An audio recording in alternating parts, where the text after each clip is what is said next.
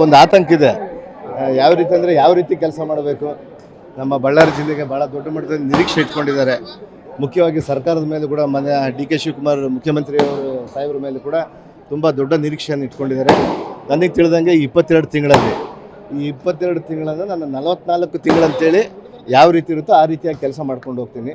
ಅದನ್ನು 22 ತಿಂಗಳನ್ನು 44 ತಿಂಗಳಲ್ಲಿ ಎಷ್ಟು ಅವಧಿ ಇರ್ತಾವಲ್ಲ ಅಷ್ಟು ಅವಧಿಗೆ ಇಲ್ಲೇ ಕೆಲಸ ಮಾಡ್ತೀನಿ ಅಂತೇಳಿ ಹೇಳಿ ಇವತ್ತು ನಮ್ಮ ಸಮಗ್ರ ಬಳ್ಳಾರಿ ಅಭಿವೃದ್ಧಿಗೆ ಹಗಲು ರಾತ್ರಿ ಇವತ್ತೇನು 24x7 ಅಂತೀವಲ್ಲ ಅದೇ ರೀತಿಯಾಗಿ ಕೆಲಸ ಮಾಡ್ಕೊಂಡು ಹೋಗಬೇಕು. ಅದ್ರ ಜೊತೆಗೆ ಪಕ್ಷ ಸಂಘಟನೆ ಮಾಡಬೇಕು. ಅದ್ರ ಜೊತೆಗೆ ನಮ್ಮ ಶಾಸಕರನ್ನ ಒಗ್ಗೂಡಿಸ್ಕೊಂಡು ಅವರ ಶಾಸಕರ ಒಂದು ಕ್ಷೇತ್ರಗಳಲ್ಲಿ ಯಾವ ರೀತಿ ಅಭಿವೃದ್ಧಿ ಆಗಬೇಕು, ಯಾವ್ಯಾವ ನೆನೆಗುದಿಗೆ ಬಿದ್ದಿದೆ ಅವನ್ನೆಲ್ಲ ಕೂಡ ಭಾಳ ದೊಡ್ಡ ಮಟ್ಟದಲ್ಲಿ ಯಶಸ್ವಿ ಮಾಡಲಿಕ್ಕೆ ಈ 22 ತಿಂಗಳ ಒಂದು ನೀಲಿ ನಕ್ಷೆಯನ್ನು ತಯಾರು ಮಾಡ್ಕೊಂಡಿದ್ದೀವಿ.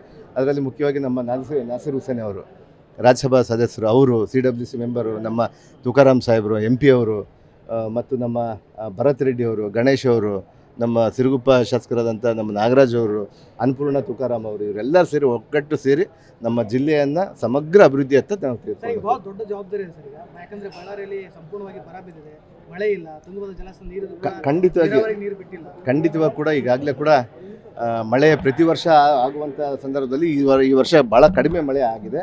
ಆದರೂ ಕೂಡ ಇವತ್ತಿಗೆ ನನಗೆ ಸುಮಾರು 65 TMC ಅಷ್ಟು ಇವತ್ತು ತುಂಬಿದೆ. ಇವತ್ತು ಇನ್ನೂ ಒಂದು ಅಂದರೆ ಇನ್ಫ್ಲೋ ನಮಗೆ ಮೊನ್ನೆ 1 ಲಕ್ಷ ಕ್ಯೂಸೆಕ್ಸ್ ಒಂದಿನ 2 ದಿನ ಮಾತ್ರ ಬಂತು.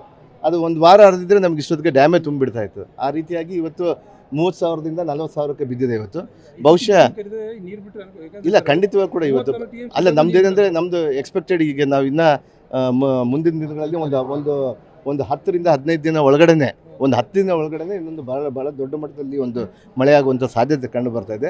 ನನಗೆ ಬಹುಶಃ ಈ ಹರಿತಾತನ ಕೃಪೆ ಆಶೀರ್ವಾದದಿಂದ, ಬಳ್ಳಾರಿಯ ದುರ್ಗಮ್ಮನ ಆಶೀರ್ವಾದದಿಂದ, ನಮ್ಮ ಹುಲಿಗಮ್ಮನ ಆಶೀರ್ವಾದದಿಂದ, ನಮ್ಮ ಬಳ್ಳಾರಿ ಎಲ್ಲ ರೈತರ ಒಂದು ಸುಖಕ್ಕೆ ಮಳೆರಾಯ ಬರ್ತಾನೆ, ನಮ್ಮ ಡ್ಯಾಮ್ ತುಂಬುತ್ತೆ. ಈ ಬಾರಿ ಕೂಡ ನಾವು ಖಂಡಿತವಾಗಿ ಕೂಡ ICC ಮೀಟಿಂಗಲ್ಲಿ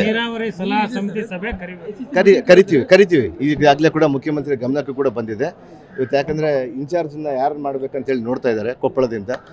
ಬಹುಶಃ ಎಲ್ಲಿ ಯಾರನ್ನ ಸಲಹಾ ಸಮಿತಿಗೆ ಅಧ್ಯಕ್ಷರು ಮಾಡ್ತಾರೋ ಅವರು ಬಂದು ಬೇಗನೆ, ಯಾಕಂದರೆ ಇನ್ನೊಂದು ವಾರದ ಅವಧಿ ನೋಡ್ಕೊತಾ ಇದ್ದೀವಿ ಎಷ್ಟು ತುಂಬುತ್ತೆ ಅಂತೇಳಿ. ಅದರ ಮೇಲೆ ನಾವು ನೀರಾವರಿ ಸಲಹಾ ಸಮಿತಿಯನ್ನು ಕರೆದು ಎಷ್ಟು ಯಾವ ಬೆಳೆಗೆ ಎಷ್ಟು ನೀರು ಬಿಡಬೇಕು, ನಮ್ಗೆ ಅಟ್ಲೀಸ್ಟ್ 80 TMC ಬಂದ್ರೇ ನಾವು ನೀರು ಕೆರೆಗೆ ನಮ್ಮ ಬೆಳೆಗಳಿಗೆ ನೀರು ಬಿಡುವಂಥದ್ದು ಪ್ರಕ್ರಿಯೆ ಯಾವತ್ತೂ ನಡೀತಾ ಇದೆ. ಒಂದು ಬೆಳೆಗೆ ಬಹುಶಃ ಈ ಸರ್ತಿ ಜಾಸ್ತಿನೇ ಬರ್ಬೋದು ಅಂತೇಳಿ, ಅಂದರೆ ಪೂರ್ಣ ಪ್ರಮಾಣದಲ್ಲಿ ತುಂಗಭದ್ರಾ ಡ್ಯಾಮ್ ತುಂಬುವಂಥ ನಿಟ್ಟಿನಲ್ಲಿ ಸಲಹಾ ಸಮಿತಿ ಆದಮೇಲೆ ಇವತ್ತು ಖಂಡಿತವಾಗಿ ಕೂಡ ಸಲಹಾ ಸಮಿತಿಯ ನಿರ್ದೇಶನದೊಂದಿಗೆ ನಮ್ಮ ರೈತರ ನಮ್ಮ ಚಾಲೆಂಜ್ ಏನಿದೆ ಅಂದರೆ ದೇವರ ಕೃಪೆಯಿಂದ 2 ಬೆಳೆಗೆ ನೀರು ಕೊಡಬೇಕಂತೇಳಿ ನಾವು ಅಂದ್ಕೊಂಡಿದ್ದೀವಿ. ಸರ್ಕಾರ ಫಸ್ಟ್ ಟೈಮ್ ಮಿನಿಸ್ಟರ್ ಆದಾಗ ಇದ್ದ ಸನ್ನಿವೇಶ ಬೇರೆ ಥರ ಇತ್ತು. ಏನು ಸರ್, ನೀವು ಫಸ್ಟ್ ಟೈಮ್ ಮಿನಿಸ್ಟರ್ ಆದಾಗ ಸನ್ನಿವೇಶ ಬೇರೆ ಥರ ಇತ್ತು, ಈಗ ಬೇರೆ ಥರ ಇದೆ. ಯಾಕಂದರೆ ಈ ಸತಿ 3-4 ಜನ ಜಿಲ್ಲೆಯಿಂದ ಸಚಿವ ಆಕಾಂಕ್ಷಿಗಳಿದ್ರು.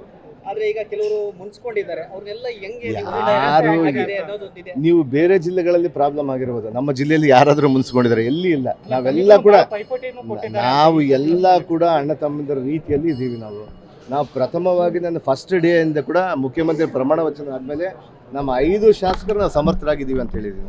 ಇವತ್ತು ನಂದು ಅದೇ ನಿಲುವಿದೆ. ಪ್ರತಿಯೊಬ್ಬರು ಸಮರ್ಥರಾಗಿದ್ದಾರೆ. ನಾಗರಾಜ್ ಅವರಾಗಿರ್ಬೋದು, ನಮ್ಮ ಗಣೇಶ್ ಅವರಾಗಿರ್ಬೋದು, ಭರತ್ ರೆಡ್ಡಿ ಅವರಾಗಿರ್ಬೋದು, ನಮ್ಮ ತುಕಾರಾಮ್, ನಮ್ಮ ಅನ್ನಪೂರ್ಣ ತುಕಾರಾಮ್ ಅವರು ಎಲ್ಲರೂ ಕೂಡ ಸಮರ್ಥರಾಗಿದ್ದಾರೆ, ಎಲ್ಲರೂ ನಿಭಾಯಿಸ್ತಿದ್ದಾರೆ. ಆದರೆ ಇವತ್ತು ಹೈಕಮಾಂಡ್ ಒಂದು ನಿರ್ದೇಶನ ಮಾಡಿದೆ. ಇವತ್ತು ನಮ್ಮ ಪಕ್ಷದಲ್ಲಿ ಹೈಕಮಾಂಡ್ ತೀರ್ಮಾನಕ್ಕೆ ನಾವೆಲ್ಲ ಬದ್ಧರಾಗಿರ್ತೀವಿ. ಇವತ್ತು ಎಲ್ಲ ಕೂಡ ಒಗ್ಗೂಡ್ಕೊಂಡು ನಾವು ಈ ಬಳ್ಳಾರಿ ಜಿಲ್ಲೆನ ಅಭಿವೃದ್ಧಿ ಮಾಡ್ತೀವಿ. ಯಾರಿಗೆ ಕೊಟ್ಟರು ಕೂಡ ನಮ್ಮ ಆತಂಕ ಏನಿತ್ತು ಅಂದರೆ ಬಳ್ಳಾರಿಗೆ ಯಾರಿಗೂ ಕೊಡಲ್ಲೇನೆ ಅಂತ ಒಂದು ಆತಂಕ ಇತ್ತು.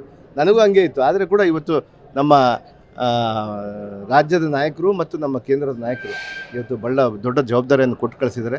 ಎಲ್ಲರೂ ಒಗ್ಗೂಡ್ಕೊಂಡು ನೀವು ಇವತ್ತು ಖಂಡಿತವಾಗಿ ಕೂಡ ನಾನು ಚಳಿಗುರಿಕೆ ದೇವಸ್ಥಾನದಲ್ಲಿ ಹೇಳ್ತಾ ಇದ್ದೀನಿ, ಎರಿತಾತನ ದೇವಸ್ಥಾನದಲ್ಲಿ ಇವತ್ತು ನಾನು ಹೇಳ್ತೀನಿ 2028ನೇ ಚುನಾವಣೆಯಲ್ಲಿ 5ಕ್ಕೆ5 ಯಾವ ರೀತಿ ನಾವು ಬಹುಮತದಿಂದ ಗೆದ್ದಿದ್ವೋ ಅದಕ್ಕಿಂತ ಒಂದು 10,000 ಜಾಸ್ತಿಯಲ್ಲಿ ಕೂಡ ಪ್ರತಿಯೊಬ್ಬ ಶಾಸಕರು ಕೂಡ ಗೆಲ್ತೀವಿ. ಮತ್ತು 2028ಕ್ಕೆ ಮಾನ್ಯ ಡಿ ಕೆ ಶಿವಕುಮಾರ್ ಅವರ ನೇತೃತ್ವದಲ್ಲಿ ಮತ್ತೊಮ್ಮೆ 2028ರಲ್ಲಿ ಕೂಡ ಮುಖ್ಯಮಂತ್ರಿ ಆಗ್ತಾರೆ ಅಂತ ಖಾತೆ ಕೊಟ್ಟರು ಕೂಡ ನಾನು ಮಾಡ್ತೀನಿ.